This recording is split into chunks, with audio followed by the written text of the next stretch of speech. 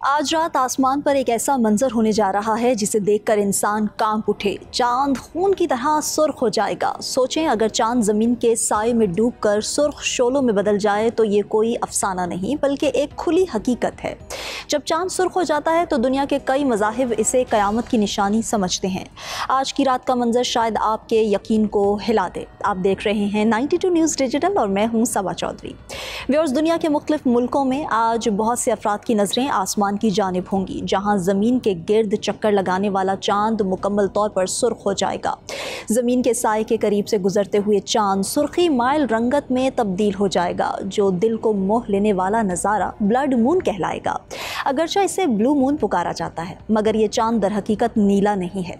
माहिरीन के मुताबिक जब सूरज की रोशनी ज़मीन की सतह से गुजरती है तो नीली रोशनी खारिज करती है, जो चांद की जानिब सुर्ख रोशनी की सूरत में मुनक्किस होती है। अफ्रीका, मशरिक़ वस्ती के ममालिक, बहुत से एशियाई ममालिक और ऑस्ट्रेलिया में रहने वाले आगाज़ से लेकर इख्तिताम तक ये पूरा नज़ारा देख सकेंगे। पूरा चांद उस वक्त होता है जब ज़मीन सूरज और चांद के बिल्कुल दरमियान में आ जाती है।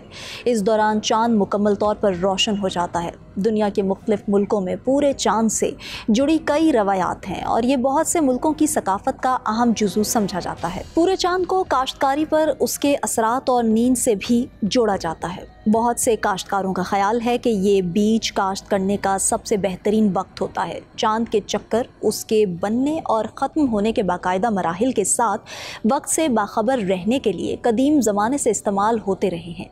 एशांगो की हड्डी को ले लें, जो 1957 में जदीद दौर के जमहूरिया कॉन्गो में पाई गई। ये हड्डी गालिबन एक बैबून की पिंडली से ली गई थी और ये तकरीबन 20,000 साल पुरानी है। ख्याल किया जाता है कि ये कैलेंडर की इब्तदाई शक्ल है। बेल्जियम के माहिर अर्जियात ने खुदाई की और हड्डियों में मुख्तलिफ नकूश दरियाफ्त किए, जिनमें हल्के हल्के, स्याह हल्के और जुज़वी दायरों की शक्लें शामिल हैं। हार्वर्ड यूनिवर्सिटी के माहिर आसार कदीमा अलेक्जेंडर मार्शक ने अंदाज़ा लगाया है कि ये चांद के मुख्तलिफ मराहिल की नुमाइंदगी कर सकते हैं। वो तजवीज़ करते हैं कि हड्डी को 6 माह के कमरी कैलेंडर के तौर पर इस्तेमाल किया गया होगा।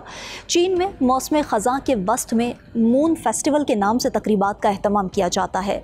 ये त्यौहार 3000 साल पुराना है और रवायती तौर पर एक भरपूर फसल की तवक्को में मनाया जाता है। इसी तरह कोरियाई सिकाफत में चोसियोक का त्यौहार पूरे चांद से मुंसलिक है। ये 3 रोज़ा तकरीब है जिसमें ख़ानदान फसल की कटाई का जश्न मनाते हैं और अपने आबा व अजदाद की ताज़ीम के लिए जमा होते हैं। हिंदू सकाफत में पूरे चांद के दिन नवंबर में पूर्णिमा नामी त्यौहार का एहतमाम किया जाता है। इस दिन रोज़ा रखा जाता है और ख़ुसूसन पूजा की जाती है। नवंबर हिंदू कैलेंडर में सबसे मुक़द्दस महीना है और इसे भगवान शिव की शैतान पर फतह की याद में भी मनाया जाता है। इन रसूमात में दरियाओं में नहाना और मिट्टी के चिराग रोशन करना आम है। कुंभ मेला, जो पूरे चांद के वक्त शुरू होता है, हर 12 साल में एक बार मुनक्किद होता है।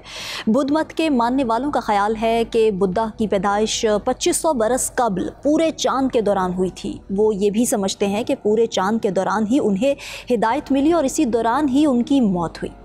बुद्ध मत के मानने वाले अप्रैल और मई में पूरे चांद के दौरान खुसूसी तकरीबात का एहतमाम करते हैं, जिन्हें बुद्धा पूर्णिमा कहा जाता है। श्रीलंका में हर माह पूरे चांद के दिन सरकारी तातील होती है। वहाँ इस दिन को पोया कहा जाता है और इस दौरान अल्कोहलिक की फ़रोख्त और गोश्त का इस्तेमाल तर्क कर दिया जाता है। बाली में पूरे चांद को पूर्णिमा कहा जाता है। वहाँ ये रवायत है कि देवता और देवियाँ ज़मीन पर उतरती हैं। ये खसूसी इबादत और दुआओं का दिन होता है और लोग इस रोज़ अपने बागीचों में फलों के दरख्त लगाते हैं। मुसलमानों को पूरे चांद के दौरान 3 दिन रोज़ा रखने की तरगीब दी जाती है। ये वाइट डेज़ या अल अयाम अल बैद के नाम से मशहूर हैं।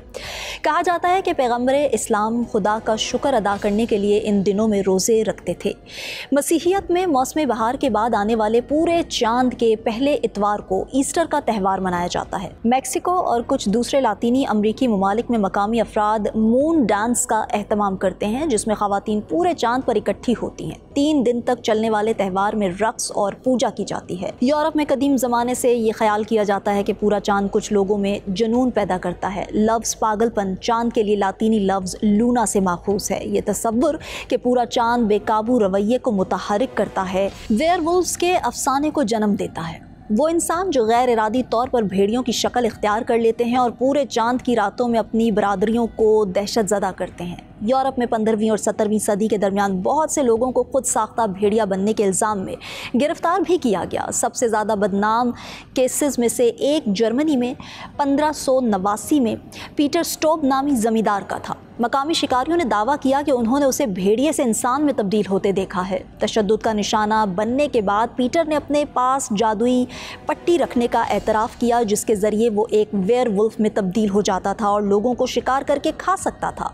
बहुत से ज़मींदारों का ये भी ख्याल है कि पूरे चांद के दौरान बीज काश्त करने से बेहतरीन नताइज निकलते हैं, क्योंकि पूरे चांद से मिट्टी की साख बेहतर होती है।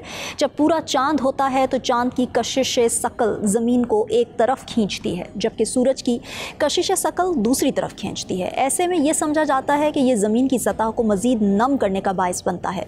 तहकीक से पता चलता है कि पूरे चांद के दौरान या उसके करीब लोग देर से सोते हैं। गहरी नींद में कमी, नींद के दौरानिये में कमी और उनके निज़ाम में मेलाटोनिन की सतह कम होती है।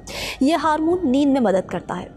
तहकीक में शामिल लोगों ने बताया कि जब वो सील बंद कमरों में सोए जहां पूरे चांद की रोशनी नहीं थी तो वहां भी उन्हें तसल्ली बख्श नींद नहीं आई। सन 2000 में बरतानिया की ब्रैडफोर्ड यूनिवर्सिटी में होने वाली एक तहकीक के मुताबिक पूरे चांद के दौरान जानवरों के काटने के इम्कानात बढ़ जाते हैं। तहकीक के मुताबिक 1997 से 1999 के दौरान जानवरों के काटने से ज़ख्मी होने वाले मरीज़ों की तादाद पूरे चांद के दिनों में ज़्यादा रही, लेकिन कोई ऐसा ज़ख्मी नहीं था जिसे किसी भेड़िए ने काटा हो।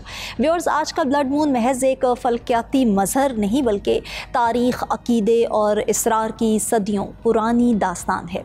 सवाल ये है कि सुर्ख चांद हमें आने वाले वक्त के बारे में क्या खबर दे रहा है। आज की रात का सुर्ख चांद हमें याद दिला रहा है कि कायनात के राज हमारी आंखों के सामने हैं, मगर हम अब भी उनके मायने तलाश कर रहे हैं। क्या ये महज हुस्न है या एक खुफिया पैगाम। ब्लड मून सदियों से खौफ, अकीदत और अफसानों का हिस्सा रहा है, मगर असल सवाल ये है कि क्या आज की रात चांद सिर्फ सुर्ख होगा या हमारी ज़मीन की तकदीर भी बदलने वाली है। आज के व्लॉग से इतना ही। मुझे दे इजाज़त। अल्लाह ने के बाद।